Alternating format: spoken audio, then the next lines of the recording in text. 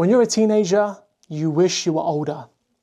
And when you get old, you wish you were a teenager again. Teenagers don't understand the amount of opportunity and time they have on their hands. When you are in your teenage years, you have the opportunities that a lot of adults don't have anymore. Guys, what's up? Welcome back to the channel. And today I'm gonna be giving you the top 10 tips for teenagers. Tip number 1, don't worry. There's a lot of pressure that is placed on teenagers, a lot of expectations, a lot of you have to figure this out right now, so for the rest of your life you can do the same thing until you retire. That is far from the truth. You don't have to figure it out right now. Some people are in their 40s and their 50s and they still haven't figured it out. Some people didn't start living their dream until their 60s. So don't worry too much about figuring it out. You'll get there eventually. You just need to make sure whatever you're doing it for you. And whatever you are doing is making you happy.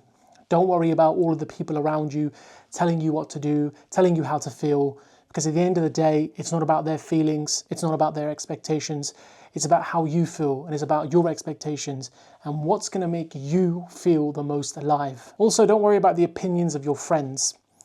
What your friends think about what you're doing doesn't really matter. If you've got big aspirations, big dreams, big goals, and they're giving you all the reasons as to why you shouldn't do it, or that you're going to fail, or it's never going to happen, the first thing you should consider is whether they should be part of your friendship group or not. And the second thing is everyone's going to have an opinion, so don't worry too much about it. Tip number 2 is to try everything. And I mean everything. I don't mean recreational drugs or anything like that. I mean anything that you think sounds interesting to you. A new hobby, a sport, a career path, a course, anything that you think you might like, give it a go. In your teenage years, you have the biggest advantage over adults, and that advantage is time. You have all the time in the world. Once you finish school or mandatory education, you have a lot of time to do the things that you want to do. Now, you're at an even bigger advantage if you're living at home, so you don't really have to worry about bills and things like that. And you also have the ability to try things out and not really have big repercussions. So for adults, you can't really leave a job every single month and try something new. That can be impractical, and sometimes it can look bad on your CV.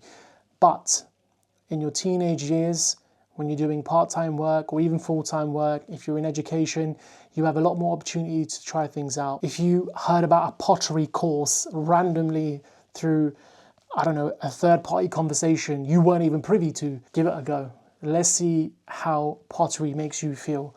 Or if you heard about a sport you've never tried before, then give it a go.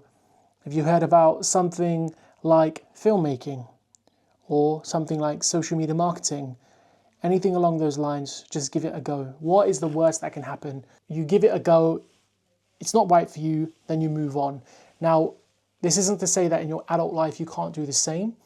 All I'm saying is in your adult life, it's made a little bit more difficult because you have more responsibilities. 99% of teenagers don't have a lot of responsibilities. So you have that time, you have the freedom to keep trying these things and see how they make you feel and whether it's something you want to pursue or not. Also, don't be afraid to pursue different things. People will always make you feel like you shouldn't try that because it's not going to work out. You shouldn't try that because it's not cool. Now, when you're a teenager, for majority of people, reputation is a big thing. But I promise you, when you get to your adult years, no one cares about reputation. No one cares about being popular. So just try it out, because then you would have put yourself 10 to 15 years ahead of those that didn't try anything new until their adult life. Piece of advice number 3 is save money. Yes, enjoy yourself. Yes, if you see a nice new pair of trainers you want to buy, fine. But don't go crazy with your money. If you're working part-time and you have no bills, save that money, because when you get older, that money will definitely come in handy. It would also be wise for you to start investing some of that money. I'm not a financial advisor. I can't tell you where to invest your money, but start looking into things like investing, because then your money will compound over that period of time you've been investing it for. So save money, don't spend it all in one go, because later on in life, as I said, money will come in handy. For example, if you want to do a PT course or you want to do any courses like that, they're quite expensive. They can be up to £2,000 to £3,000. Now, yes, there are payment schemes and things like that, but you want to stay out of debt if you can help it. So saving up money now in your teenage years will help you get to your goals quicker. Things like doing courses. not having to take out loans, and money just comes in handy. Like if there's ever a situation where you need money or you need to go here or you need to do something, you've got the money for it.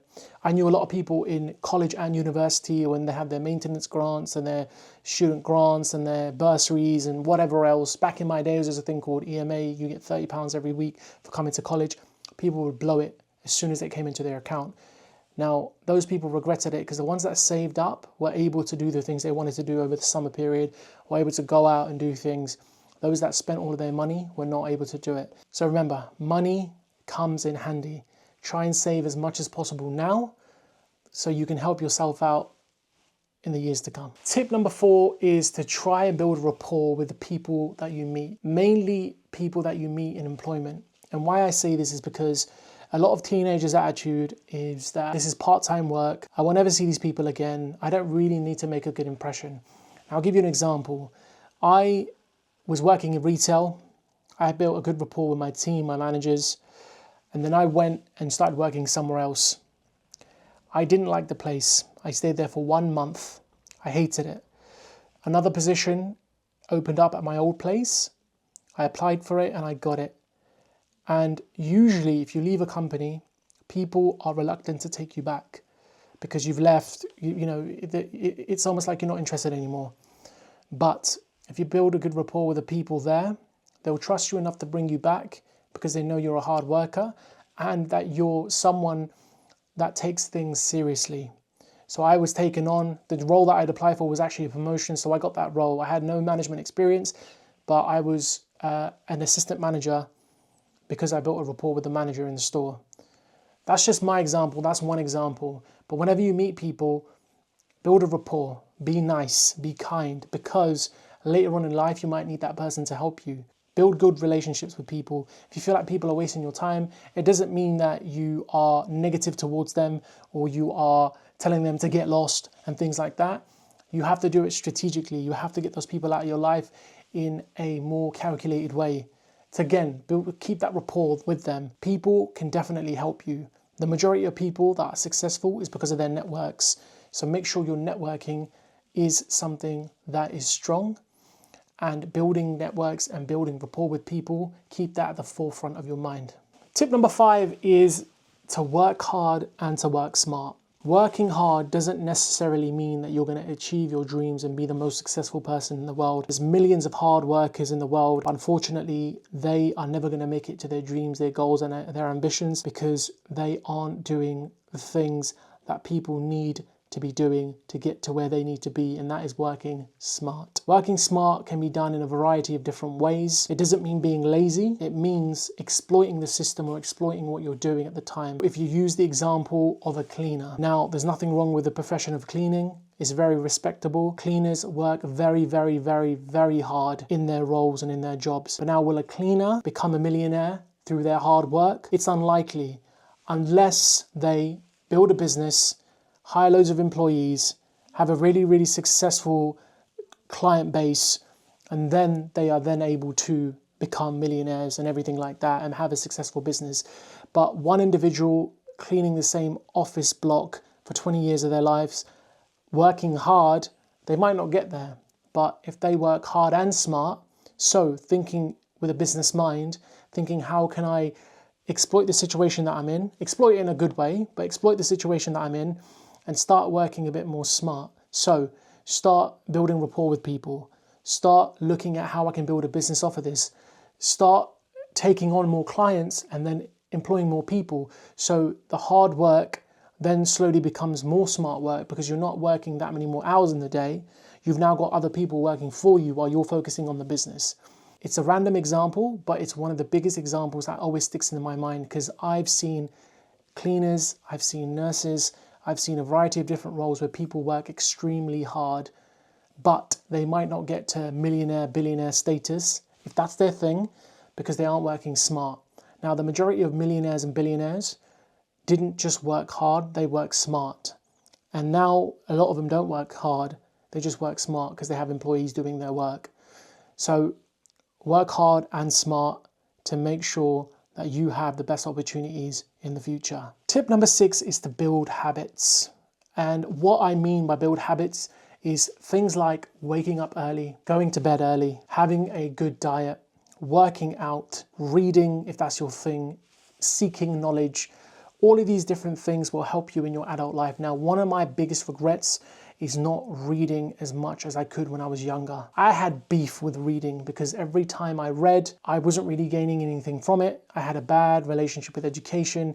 I didn't really want to do it. I didn't understand that later on in life, reading is a skill that would have helped me a lot, because now I make music, I make content online. Reading would have definitely helped me, because reading would have made me a better writer. Writing takes me a lot longer because I was not an efficient reader back in the days. So making sure that your habits are intact in your teenage years will lead you to more success later on. So in my teenage years, I was working out. Physical activity was my top priority. 25, 26, I was at my physical peak. Then I started slowly falling off a bit, and then COVID hit, and it's all been downhill since. But that's because the habits that I had back when I was in my 20s, I didn't keep up. So making sure that you're building positive habits in your teenage years and carrying those on, but they have to start somewhere. And the best place to start is in your teens. Another thing that goes back to habits is saving money. Again, which I mentioned earlier in the video, that's a very good habit to have. Other things like making sure you are being resourceful with your time. That's a very good habit to have. As I mentioned earlier, time is finite when you are in your adult life. So making sure that you're utilizing all of the hours in the day now will allow you to have a different mindset when you're in your adult life, because you would have done all of the hard work in your teens to then when you get to your adult years, you control all your time. You're not working for someone if you don't want to be. And you manage to figure all of that out in your teenage years. So good habits definitely help. Tip number 7 is perfectionism and how it is so irrelevant. We are taught that everything has to be perfect. And that is false.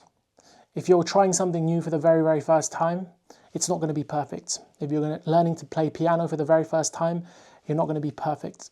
If you're learning to film a video or become a movie maker or a filmmaker or anything like that, your first film is not going to be Tarantino style film. It's just not. It doesn't work like that. Perfectionism is a term made up by those that think that everything in the world is perfect when it's not. We see the end products of people. So as I mentioned just now, Tarantino, we have seen him through the years creating masterpieces, but those came about because he put in all of the hard work and the smart work earlier on in his career when no one knew who he was. And then he made his first film, and then he received notoriety because of his work. That was because he definitely failed throughout his career, picked himself back up, and I believe that he didn't think perfection was a thing back then.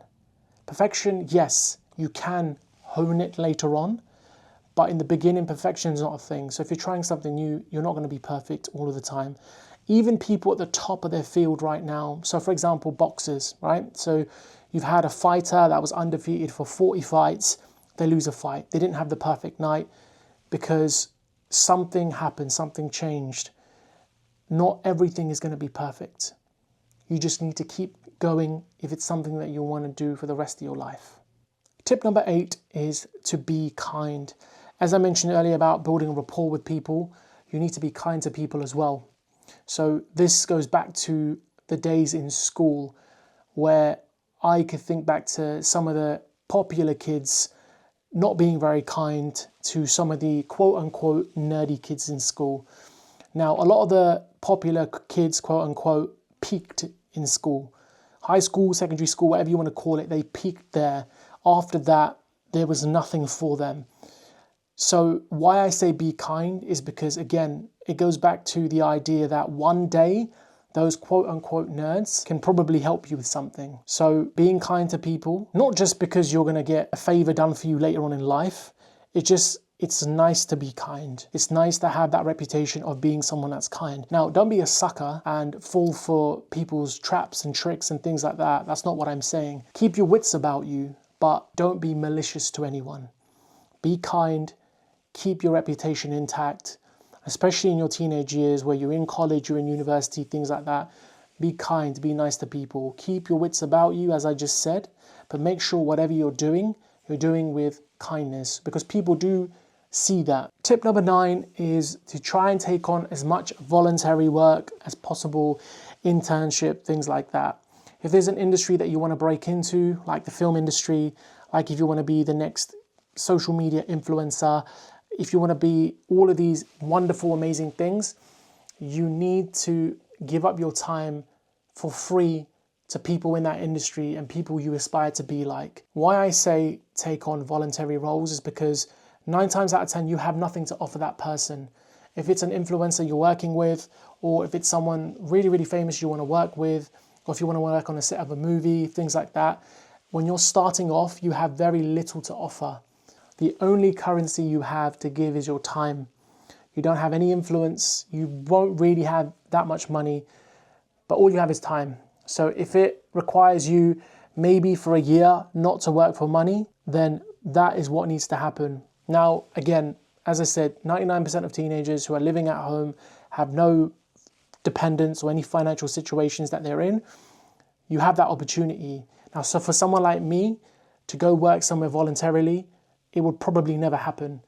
Yes, I'd have to do my full-time work and then do my voluntary stuff in the evenings, on the weekends, but there's very limited opportunities to do things on the weekend and in the evenings. Why I say your time is your best currency is because you have the opportunity to do what a lot of people don't have when you get to my age, and that is the time. Time will allow you to grow, time will allow you to build rapport, and time will allow you to do the things a lot of people are not able to do.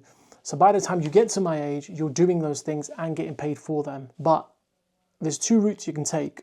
You can take the voluntary route, get into the industry, build a rapport, build connections with people, build a network, and then do your own thing. Or you can go down the traditional route where you do your education, you go into work, you figure out that you actually want to do something else, and then it's 10 times harder to do that thing. Now, don't get me wrong, it's not impossible to pursue your dreams, your goals, your aspirations, and everything else when you get older. It's just difficult because you have dependents. You might have a mortgage, you might be in a relationship, you might have X, Y, and Z that your focus is required on. But in your teenage years, really, you don't have that much going on. For the majority of teenagers, there are situations where you can do whatever you want to do. So take advantage of that. And tip number 10 is to have fun. If you are doing anything that is making you miserable, please stop, I beg you.